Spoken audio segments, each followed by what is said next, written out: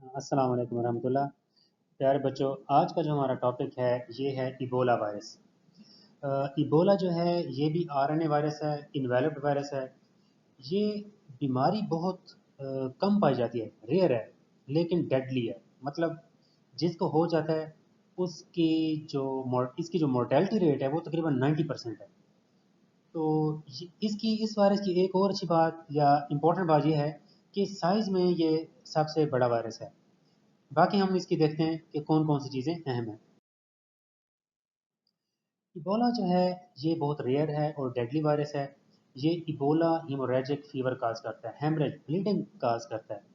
इसका जो नाम है ये रिवर ज़ायर है, जगह जहाँ पे इबोला उसकी वजह से इसका रखा गया था, जहाँ पे इसकी फर्स्ट आउटब्रेक हुई थी 1976 में। इसकी जो बाकी एपिडेमिक्स हैं ये वेस्ट अफ्रीकन कंट्रीज़ में, लाइबेरिया है, सीरा लियोन है, गिनिया है, इनमें इसकी जो है ना एपिडेमिक्स होती रही हैं। इसकी एक ही विरुलेंट फॉर्म है और जो कि ह्यूमन में पाई जाती है। इसको हम BSL-4 में कल्चर करेंगे क्योंकि ये मतलब इतने इसके बारे में हमें अच्छा नहीं पता और इसकी जो ट्रांसमिशन है बहुत ज़्यादा होती है, इसलिए बायो सेफ्टी लेवल 4 में हम इसको कल्चर करेंगे। लेकिन इसकी जो इनएक्टिवेशन है वो लिपिड सॉल्वेंट से और ब्लीच से हो जाती है। इसकी जो ट्रांसमिशन है ये फ्रूट बैट से, ठीक है, और इस वहाँ से मंकीज़ में, मंकीज़ से या बैट से ह्यूमन में, और ह्यूमन टू ह्यूमन भी इसकी ट्रांसमिशन पाई जाती है। इसका कोई नेचुरल रिजर्वायर नहीं है, मतलब अननोन है। पता नहीं है कि इसके रिजर्वायर हैं कौन से, एनिमल्स हैं, बर्ड्स हैं, क्या बला है। फ्रूट बैट्स और रोडेंट्स हैं ये सस्पेक्टेड रिजर्वायर हैं। मंकीज़ क्योंकि इससे इन्फेक्ट होते हैं और मर जाते हैं, इसलिए हम उनको ये नहीं कह सकते कि ये इसका रिजर्वायर है। ह्यूमन टू ह्यूमन जो है ना ट्रांसमिशन होती है ब्लड के ज़रिए और बॉडी फ्लूइड्स के ज़रिए। अगर कोई बंदा पेशेंट के ब्लड या उसके बॉडी फ्लूइड को कांटेक्ट करता है, तो अगर उसको भी इंजरी हुई हुई है तो उससे इन्फेक्शन ट्रांसफ़र हो जाएगा। रीयूज्ड नीडल से, सिरिंजेस से भी इसका इन्फेक्शन हो सकता है। एयरबोर्न ट्रांसमिशन इसकी अभी तक इसका कोई एविडेंस नहीं है। और जो लोग बच जाते हैं उनके सीमन के अंदर ये मिलता है। इसकी जो पैथोफिजियोलॉजी है, इसका जो इंक्यूबेशन पीरियड है 5 से 7 दिन है, ये 21 दिन तक जा सकता है। इसमें जो हिमराजिक फीवर है वो स्टार्ट होने से पहले फीवर होगा, हेडेक होगा, सोर थ्रोट होगा, माइल्जिया, आर्थल्जिया होगा, एपिगैस्ट्रिक पेन होगा, वोमिटिंग होगी और डायरिया होगा। बाद में स्किन के अंदर ब्लीडिंग होगी, GIT के अंदर ब्लीडिंग हो सकती है, उसके बाद शॉक हो सकता है, डिसेमिनेटेड इंटरवेस्कुलर कोagulation हो सकती है और मल्टी ऑर्गन फेलियर भी हो सकता है। जैसे ही आपको पता है कि ब्लीडिंग होती है तो हमारा जो ब्लड वॉल्यूम है वो कम हो जाता है और ब्लड वॉल्यूम का कम होना ही शॉक की तरफ ले जाता है। इसी तरह इसमें जो एंडोथेलियल इंजरी है बहुत ज़्यादा होती है, जिसकी वजह से कोagulation ज़्यादा हो रही होती है, इससे DIC हो जाती है। Haemorrhage is due to endothelial injury and thrombocytopenia. Thrombocytopenia platelet कम हो जाते हैं, हमारे जो एंडोथेलियम है वो ज़्यादा इंजर्ड हो जाती है, तो उसकी वजह से हेमरेज होती है। इसका जो मोर्टेलिटी रेट है तकरीबन 90% है। इसका मोर्टेलिटी रेट बहुत ज़्यादा हाई है। इसके जो विरुलेंस फैक्टर्स हैं उनमें ग्लाइकोप्रोटीन है जो एंडोथेलियल सेल्स को इंजर्ड करती है, जिसकी वजह से ब्लीडिंग होती है क्योंकि प्लेटलेट कंजम्पशन हो जाती है। दो और प्रोटीन्स हैं जो हमारे इंटरफ्रोन्स की प्रोडक्शन को और एक्शन को रोकते हैं। ये हमारे जो सेल्स हैं डिफेंस के बड़े इंपॉर्टेंट, लिम्फोसाइट्स हैं, मैक्रोफेजेस हैं, डेंड्राइटिक सेल्स हैं, उनको ये किल कर देता है। और इसकी वजह से क्योंकि लिम्फोसाइट जब किल हो जाएंगे तो हमारा जो एंटीबॉडीज़ का रिस्पॉन्स होगा वो इनइफेक्टिव होता है।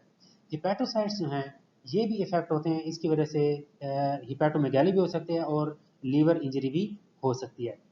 इसकी ये आप चीज़ें देख रहे हैं, हेडेक है, रेड आइज़ हैं, फेरिंग्स और लंग्स में हिकअप्स हैं, सोर थ्रोट है, डिफिकल्टी इन ब्रीदिंग है, स्वेलिंग है, chest pain, stomach pain, vomiting हो सकती है, skin rash, bleeding, intestine diarrhoea हो सकता है, ब्लीडिंग हो सकती है, जॉइंट्स में दर्द हो सकता है, आर्थराल्जिया जैसे आपको बताया, माइल्जियाज हो सकते हैं, फीवर, लैक ऑफ एपेटाइट और इंटरनल ब्लीडिंग। इसके अलावा जो है पोस्ट इबोला सिंड्रोम, जब ये हो जाती है तो उसके साथ ये है कि eye pain, blurred vision, hearing loss, headache, joint pain, fatigue और इंसिम्निया हो सकता है। मतलब इबोला के बाद ये चीज़ें हो सकती हैं। अब हम आ जाते हैं वायरस की प्रॉपर्टीज़ पे। जैसे आपको पता है कि पिछले हमारे काफ़ी सारे लेक्चर्स आरएनए वायरसेस पे गुजरे हैं, तो ये लेक्चर भी हमारा आरएनए वायरस पे है। नेगेटिव सेंस है, इन्वेलप्ड है, और ये जो हम डिस्कस कर रहे हैं ये फिलोवराइडी है। फिलोवराइडी की इसमें मारबर्ग वायरस आता है और इबोला वायरस आता है। इनकी बड़ी डिफरेंट खसूसियत ये है कि ये फिलामेंट टाइप के होते हैं और बहुत बड़े वायरस होते हैं। इनका साइज़ बहुत ज़्यादा बड़ा होता है बाकी वायरसेस की निस्बत। अब आ जाते हैं वायरस की प्रॉपर्टीज़ क्या क्या हैं। ये सिंगल स्ट्रैंडेड है, नेगेटिव पोलैरिटी का वायरस होता है, नॉन सेगमेंटेड होता है।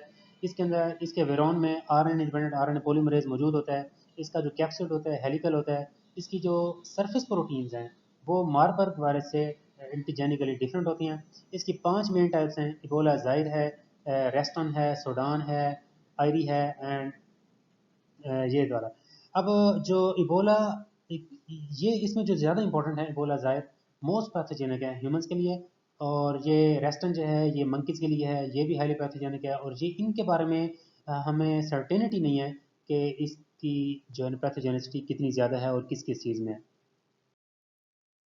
ये इस वायरस का मेन स्ट्रक्चर है कि ग्लाइकोप्रोटीन नज़र आ रहे हैं, सिंगल स्ट्रैंडेड आरएनए होता है, पॉलीमरेज होता है, इसमें ये नॉन स्ट्रक्चर प्रोटीन है, वायरल प्रोटीन्स हैं, ये इसका जीनोम है।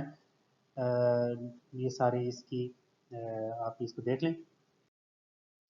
वायरस जो है हमारी बॉडी में रेप्लिकेट कैसे करता है।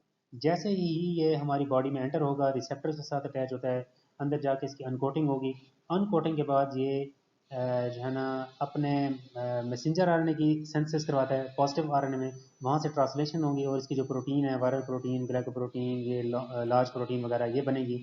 और इसकी जो जीनोम है इसकी रेप्लिकेशन से मतलब जीनोम अलग से मल्टीप्लाई होगा, उसका वो, और बाकी जो प्रोटीन्स हैं उसकी प्रोसेसिंग के बाद वो हेलिक्स वगैरह ये बन जाएगा इसका कैप्सिड, और इसी तरह ये हमारी बॉडी से मतलब सेल से बाहर निकल जाएगा। अब है कि इसको हम डायग्नोज कैसे करेंगे। इसकी जो वायरल एंटीजन है उसको हम इलाइजा के जरिए चेक कर सकते हैं। इसका वायरल आरएनए जो है उसको पीसीआर हम कर सकते हैं। इसको हम मंकी सेल्स लाइंस के ऊपर कल्चर कर सकते हैं। लेकिन एक चीज़ जो इसके लिए बड़ी इंपॉर्टेंट है कि BSL-4 में ये सारा कुछ करना है, क्योंकि इसकी जो ट्रांसमिशन है ये बहुत ज़्यादा है। इलेक्ट्रॉन माइक्रोस्कोपी जो है उसमें हमें लॉन्ग रॉड शेप फिलो वायरस मिल सकते हैं। आप ये वक्त याद रखें कि मारबर्ग वायरस और इबोला वायरस इलेक्ट्रॉन माइक्रोस्कोप में सेम नजर आएंगे, लेकिन हम उसको एंटीजेनिकली डिफ्रेंशिएट कर सकते हैं।